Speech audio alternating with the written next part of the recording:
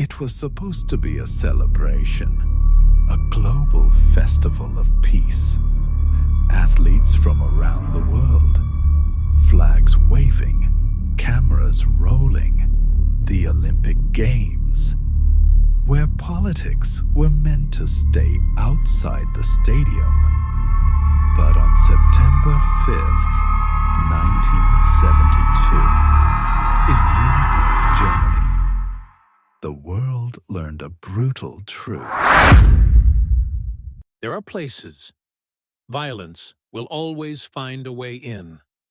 In the early hours of the morning, armed men climbed a fence and slipped into the Olympic Village. They wore tracksuits. They carried weapons hidden in sports bags. By the time the sun rose, 11 Israeli athletes and coaches were hostages. By the time the sun set, they were all dead.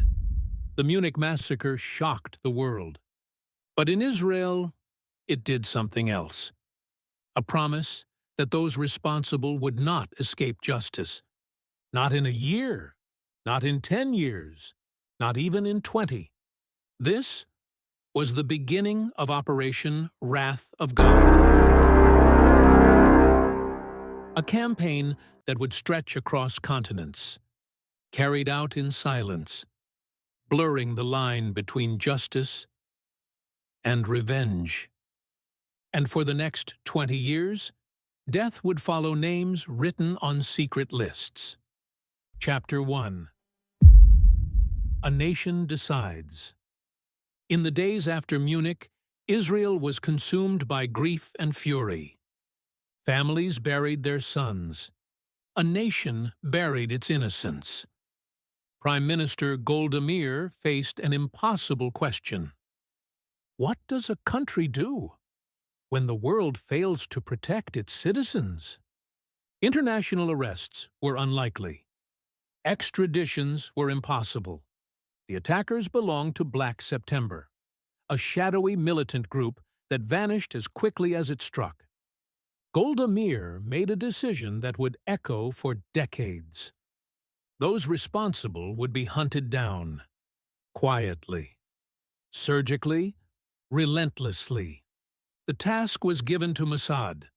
No trials, no headlines, no apologies, only results. Chapter 2. The List. Somewhere in Europe, a list was written. Names, aliases, addresses, habits. Men believed to have planned, financed, or supported the Munich attack. They were politicians, intellectuals, fundraisers, logistics experts. Not all of them had pulled a trigger, but all of them, Israel believed, had blood on their hands. Mossad teams were assembled under false identities. Tourists, students, businessmen, lovers. They rented apartments, learned routines, and waited. Because assassination isn't about speed. Chapter 3. The first killings. Rome, Paris, Athens, Cyprus. One by one, men on the list began to die. A phone rings. A voice asks the target to step outside. A bomb detonates under a bed. A silenced pistol fires in a stairwell. To the public, these were mysterious murders. To Mossad, they were messages. No one was safe. No border strong enough. No identity permanent. But revenge is never clean. And soon, the mission would take a devastating turn. Chapter 4. The Lillehammer Mistake. In 1973, Mossad believed they had found Ali Hassan Salameh. The location? Lillehammer, Norway. The target was followed, photographed, confirmed. Or so they thought. The man was shot outside a cinema. But he wasn't Salameh. He was Ahmed Bouchiki, a Moroccan waiter, a husband. a man with no connection to terrorism. Norwegian police arrested several Mossad agents. For the first time, the world saw behind the curtain. Operation Wrath of God was no longer invisible, and Israel faced a question it never wanted asked. What happens when vengeance kills the innocent? Chapter 5. Doubt, Pause, and Return. After Lillehammer, the operation slowed. Criticism grew. Allies questioned Israel's methods. Even inside Mossad, doubts emerged. But the list was not forgotten. Years later, the hunt resumed, more carefully, more quietly. And one name remained at the top: Ali Hassan Salameh. Chapter 6.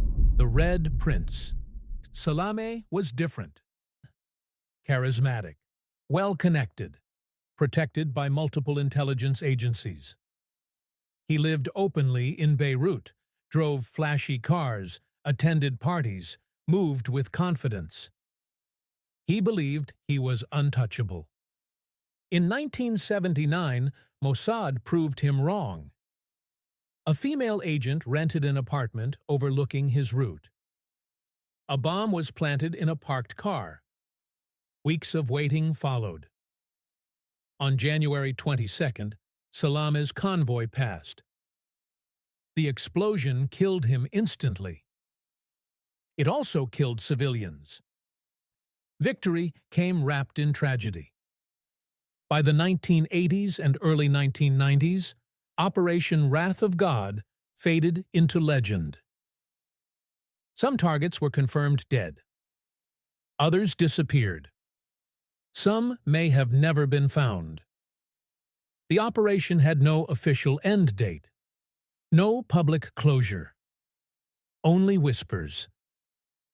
Supporters call it necessary self-defense. Critics call it state-sponsored assassination. Families of victims still wait on both sides.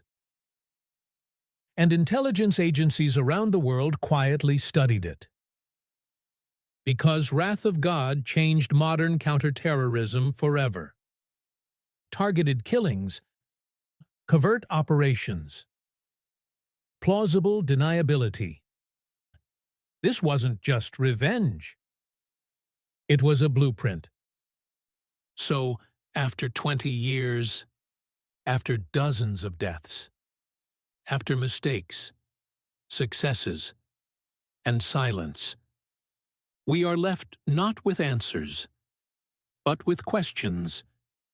Did Operation Wrath of God bring justice? Or did it simply continue the cycle of violence? Can assassination ever replace a courtroom? And who decides where justice ends and revenge begins? If a nation hunts its enemies across the world, does it become safer? Or does it teach others to do the same? What is the cost of security when innocent lives are lost along the way? And most importantly, if another Munich were to happen today, would the world respond differently? Or would the shadows rise again? Because history doesn't just remember what we did. It remembers why we did it. And sometimes, the most dangerous operations are the ones that never truly end.